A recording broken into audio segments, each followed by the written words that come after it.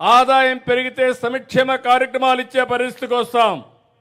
ఇప్పుడే నేను ఇక్కడికి వచ్చాను. గొల్ల చలపతి, ఆయన కొడుకు గొల్ల వెంకటేశ్వర్లు.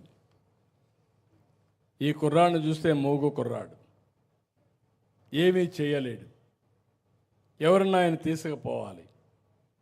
నేను వచ్చిన తర్వాత ఇలాంటి వాళ్ళకందరికీ 6,000 రూపాయలు పింఛను పెంచాను, 3,000 నుంచి.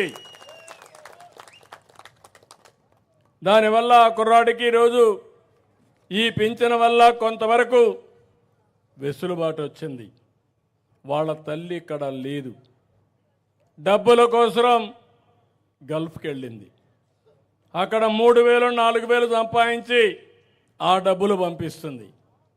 అంటే ఒక వ్యక్తి యొక్క జీవితాన్ని మీరు చూడాలి. కన్న బిడ్డను ఏ తల్లి వదిలిపెడదు, కానీ వెసులుబాటు లేదు కాబట్టి ఆ డబ్బులు పంపిస్తే వాళ్ళ అత్త మామలు వాళ్ళు చూసుకుంటారని చెప్పే ఉద్దేశంతో వదిలిపెట్టి అక్కడికి వెళ్ళే పరిస్థితికి వచ్చింది. ఇప్పుడు ఆ కుర్రాడికి నేను ఆలోచించాను, కనీసం ఇంట్లో ఉండాలి, వస్తే ఎవరన్నా మొయ్యాలి.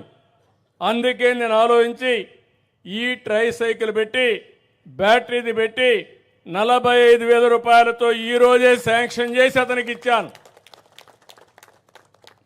పాప మగోడు ఆనందం చూస్తే నా కళ్ళలో నీళ్ళు వచ్చే పరిస్థితి వచ్చింది. నా జన్మ చరితార్థమైందని అది చూసినప్పుడు, ఓ నా కోసం ఈ ట్రైసైకిల్ ఇచ్చారు, నేను కూడా ఊరంతా తిరగచ్చు అనే ఆలోచన ఆ కుర్రాడికి వచ్చిందంటే అది మానవత్వంతో ప్రభుత్వం పనిచేయాల్సిన విధానం అని చెప్పి కూడా నేను మీకు తెలియజేస్తున్నా. అది నేనేదో ఆఫీసులో కూర్చుంటే నాకు తెలియదు, ఇక్కడికి వస్తే తెలుస్తుంది. క్షేత్రస్థాయిలో చూస్తే తెలుస్తుంది. క్షేత్రస్థాయిలో చూసిన తర్వాత నేను ఎలాంటి పబ్లిక్ పాలసీలు తీసుకురావాలనో తీసుకొచ్చే పరిస్థితి వస్తుంది. వాళ్ళ అవ్వ అయితే, అమ్మమ్మ అయితే, నాన్నమ్మ అయితే ఒకటి అడిగింది.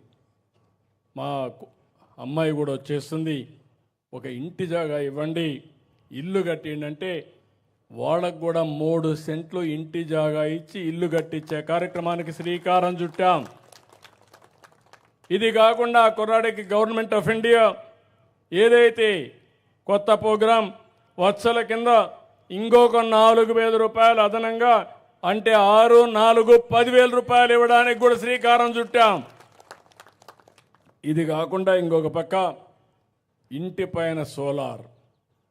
కలెక్టర్ వేరే వాళ్ళతో మాట్లాడితే ఒక ఎన్ఆర్ఐ వచ్చి 60,000 రూపాయలతో సోలార్ 2 కిలోవాట్స్ పెట్టాడు. దీనివల్ల మీరు ఒకసారి ఆలోచిస్తే ఇంటిపైనే కరెంట్ ఉత్పత్తి చేసుకునే పరిస్థితికి వచ్చాం. ఒకప్పుడు కరెంట్ ఎక్కడ ఉత్పత్తి చేస్తున్నా మనకు తెలియదు. ఈరోజు మన ఇంటిపైనే కరెంటు ఉత్పత్తి చేసుకుని మనం వాడుకొని, ఒకవేళ మిగిలితే ఆ కరెంటు గ్రిడ్కి ఇస్తే నీకు ఎప్పుడు కావాలంటే అప్పుడు తీసుకోవచ్చు. నెలవారీగా నెట్ మీటరింగ్ చూసుకొని మీరు ఎక్కువగా ఇచ్చుంటే మీకు యూనిట్కి 2 రూపాయలు డబ్బులు ఇప్పించే విధానానికి కూడా శ్రీకారం చుట్టాను.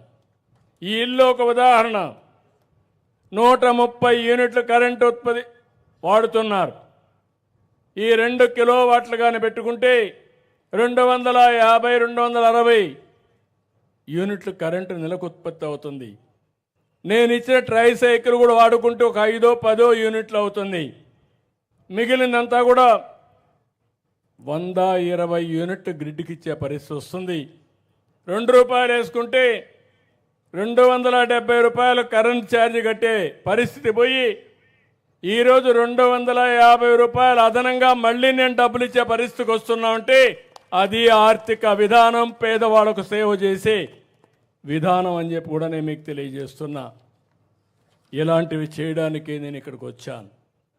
అందుకే పేదల సేవలో మొదటి తారీఖున మా కలెక్టర్లు మొదలుకొని, ఎమ్మెల్యేలు మొదలుకొని అందరు అధికారులు మీ దగ్గరికి పంపిస్తున్నాను. ఇంకొక ముసలావడం కూడా చూశాను, కొప్పుల మంగమ్మ. ఆవిడని కూడా చూస్తే 82 సంవత్సరాలు. ఒక మనవడు మాత్రం ఉన్నాడు, కొడుకు కోడలు చనిపోయారు. వాళ్ళు కూడా చాలా బాధల్లో ఉన్నారు. వాళ్ళు కూడా చూసిన తర్వాత నేను